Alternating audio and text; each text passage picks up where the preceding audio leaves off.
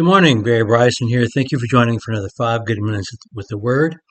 Yes, and we're outside of the 5 Good Minute studios. We're at our secondary site. I'd like to talk to you today about Nero. This is part of our series entitled Kings and Emperors.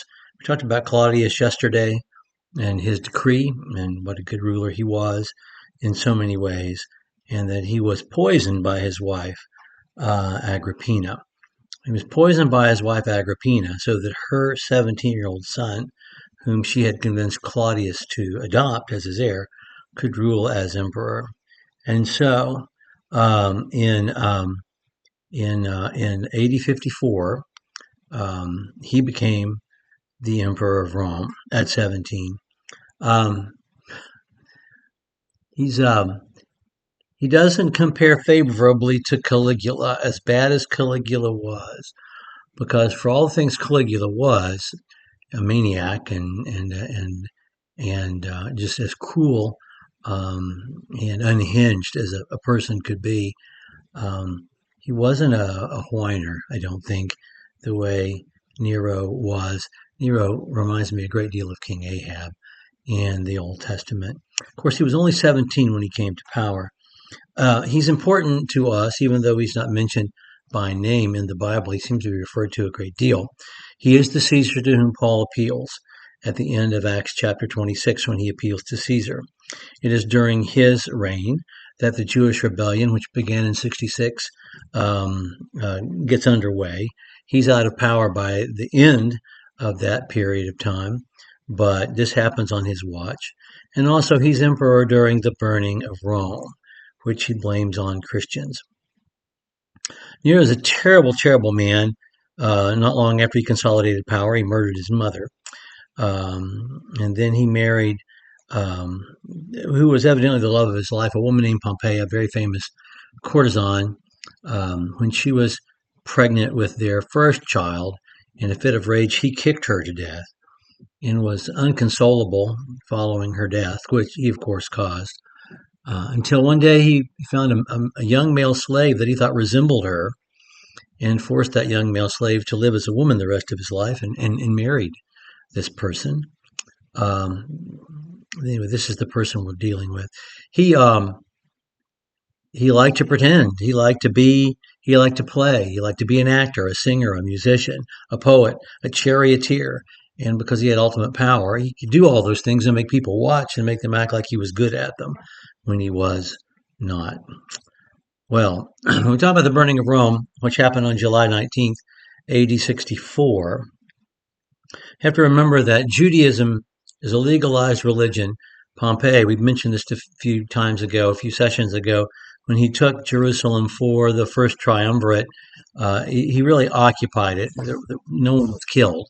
Um, and because the Jews were so allied with Rome early on, their leaders anyway, where the Herods were, Judaism was considered a legal religion. It was an ancient and an indigenous religion, and the Jews were permitted to practice that religion wherever they were in the empire and inside their homeland.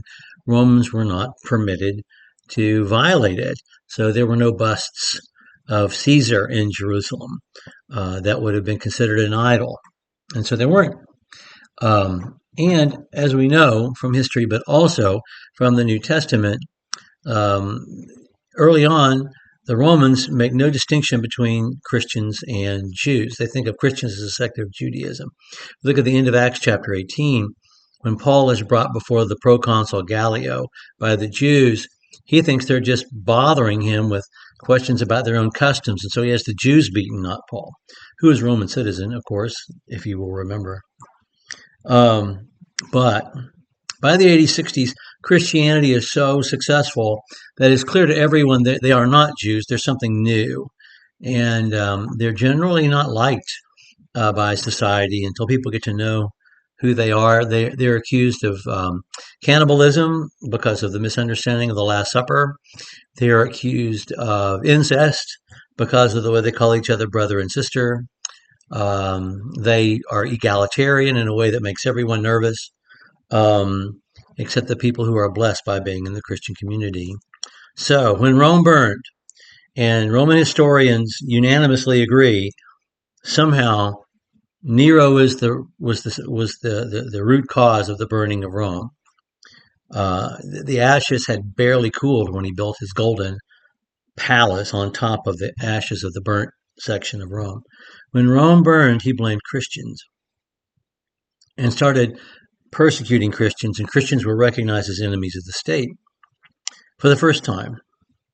And so this happened under his watch.